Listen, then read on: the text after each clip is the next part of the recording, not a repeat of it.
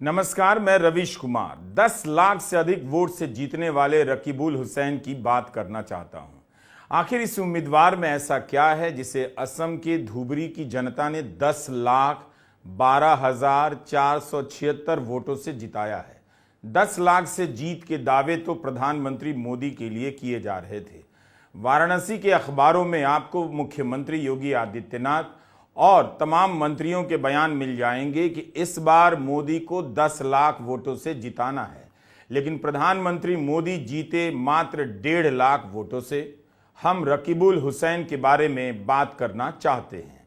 चुनाव के दौरान ना देखा हो तो अब देख लीजिए। कांग्रेस के उम्मीदवार रकीबुल हुसैन ब्रह्मपुत्र नदी में नाव से प्रचार करने निकले हैं। सामने से गुजरती नाव लोगों से भरी हुई है। रकीबुल अपनी नाव से उनका अभिवादन करते हैं। धुबरी काफी बड़ा लोकसभा क्षेत्र है। यहाँ एक पंचायत से दूसरी पंचायत में प्रचार के लिए नाव से जाना पड़ता है। क्या आपने गोदी चैनलों पर चुनावी कवरेज के दौरान रकीबुल हुसैन को प्रचार करते देखा था?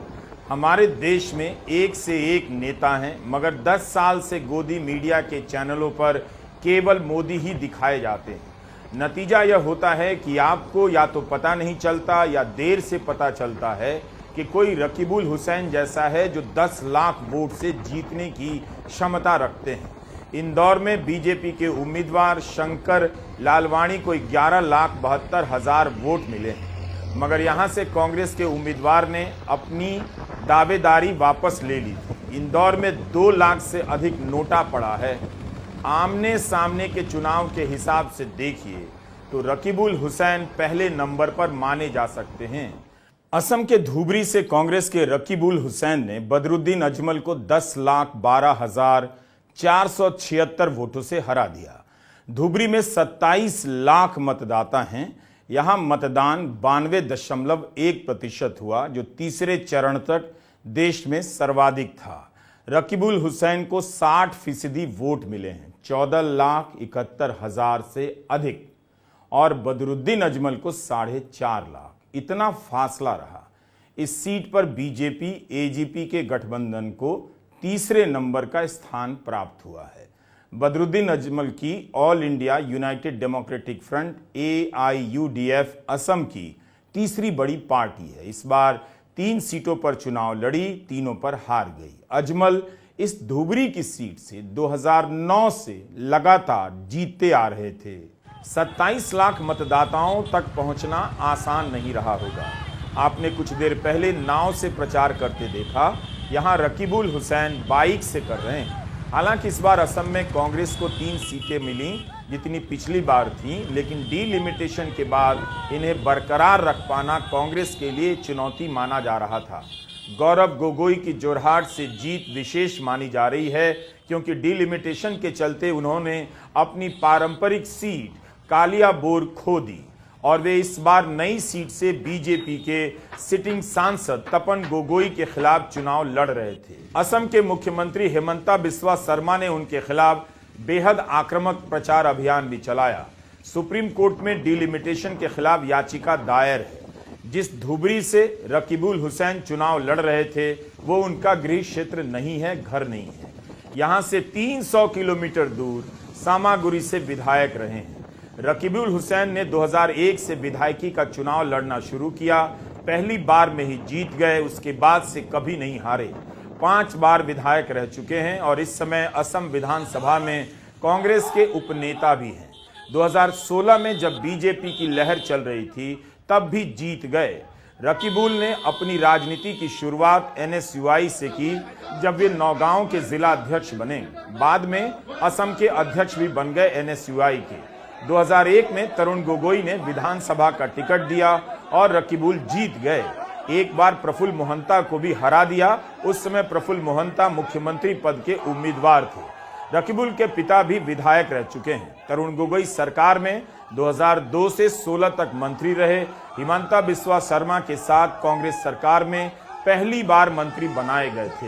हिमंता बिस्वा शर्मा तो एक बार चुनाव हार चुके हैं, लेकिन रकीबुल कभी नहीं हारे। हिमंता बिस्वा शर्मा हमारे लड़ा ছোৱালী ঘৰবিলাক ভাঙি দিয়ে, দিবেনে নিদিয়ে কওক?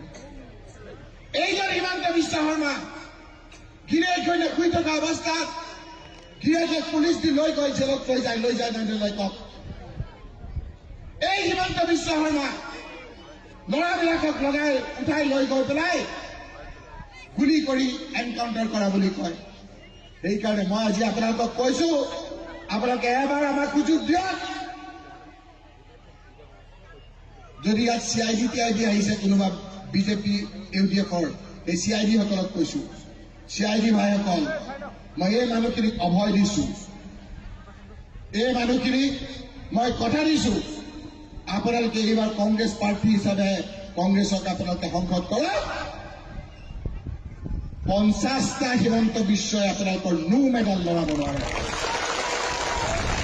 পুনৰবাৰ কৈছো, আপোনালোকে আপোনালোকৰ ভোট কংগ্ৰেছ পাৰ্টিক দিয়ক। 50টা হিমন্ত বিশ্বই আপোনালোকৰ নো মেডাল লগাব নিদিওঁ।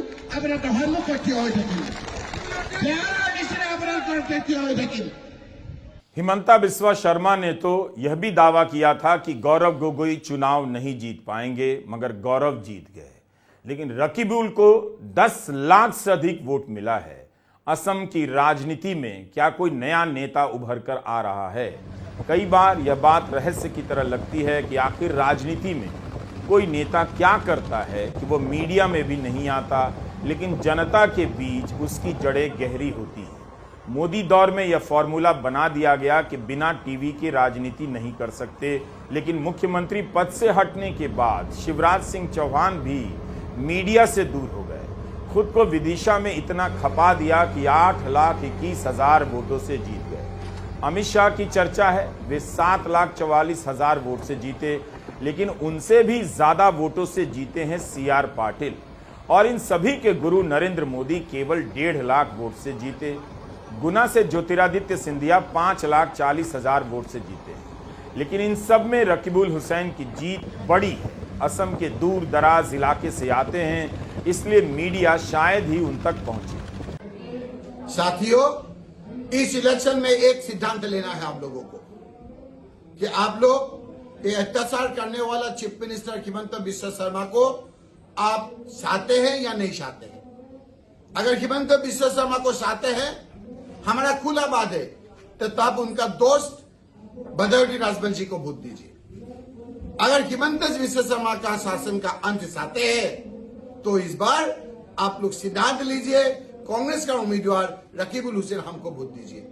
हम आपको उम्मीद करते हैं, हम आपको वादा करते हैं, अगर कांग्रेस का उम्मीदवार रकीबुल हुसैन को आप वोट देंगे, तो हम आपको वादा करते हैं कि हिमंत बिस्वा शर्मा 1 नहीं, हिमंत बिस्वा शर्मा 2 नहीं, हिमंत बिस्वा शर्मा 3 नहीं, हिमंत बिस्वा शर्मा 50, कोई आपको एक बाल बाका नहीं कर सकते हैं। ये हमारा वादा है आप लोगों के सामने। आप लोग वोट दीजिए रकीबुल हुसैन को, और ये अत्याचार करने वाला चीफ मिनिस्टर का शासन का अंत कीजिए। यही हमारा गुजारिश आप लोगों को है। इस चुनाव में जो मोदी का चुनाव कहा जा रहा था, कांग्रेस का उम्मीदवार 10 लाख से अधिक वोटों से जीतता है, वह भी एक मुस्लिम उम्मीदवार, जब तमाम राजनीतिक दल मुसलमानों को टिकट देने से कतराने लगे हैं। रकीबुल हुसैन का जीतना मायने रखता है। उनके जैसे नेता को राष्ट्रीय राजनीति में आना चाहिए और नए नेतृत्व को तैयार करना चाहिए।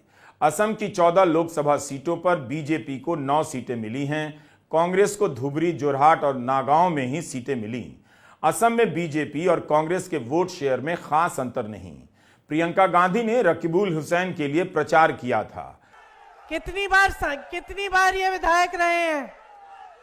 6 बार विधायक रहे हैं। 6 बार ना, 6 बार। 6 बार इनको क्यों बार जनता ने जिताया? क्योंकि इनकी राजनीति सेवा की राजनीति है, आपके लिए समर्पित रहते हैं। आज ये लोकसभा का चुनाव लड़ रहे हैं, एक बार जोर से बताओ, जिताओगे कि नहीं? एक बार और।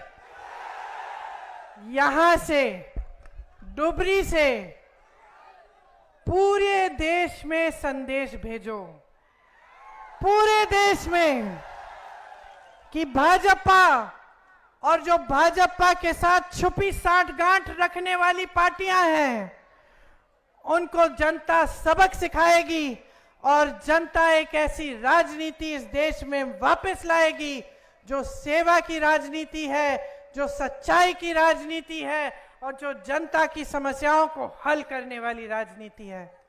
आप सबने इतनी धूप में इतनी लंबी बात सुनी मेरी, इसके लिए आपका बहुत बहुत धन्यवाद। इनको भारी बहुमत से जिताओ, चुनाव के बाद मैं वापस आऊंगी।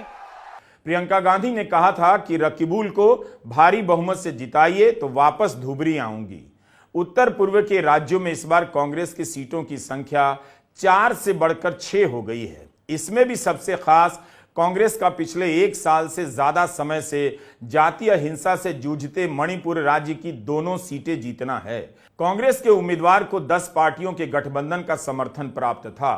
कांग्रेस इनर मणिपुर की मैतेई बहुल सीट पर भी जीती है और आउटर मणिपुर की जनजाति सुरक्षित सीट पर भी। इनर मणिपुर में जीते कांग्रेस के उम्मीदवार बिमोल अकोईजाम नई दिल्ली की जवाहरलाल नेहरू यूनिवर्सिटी में प्रोफेसर रहे हैं।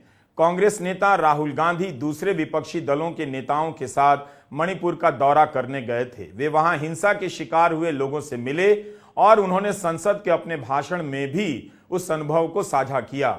जनवरी 2024 में अपनी भारत जोड़ो न्याय यात्रा की शुरुआत इसी हिंसाग्रस्त मणिपुर की जमीन से की। प्रधानमंत्री नरेंद्र मोदी मणिपुर का दौरा करने एक बार भी नहीं गए। 2019 के चुनाव के मुकाबले इस बार के चुनावी नतीजों में पूरे उत्तर पूर्वी भारत में बीजेपी की सीटें घट गई हैं। भाजपा और उसके सहयोगियों ने 2019 में 25 में से 19 सीटें जीती थीं, वहीं इस बार उनकी सीटें घटकर 15 पर आ गई हैं। नमस्कार, मैं रविश कुमार।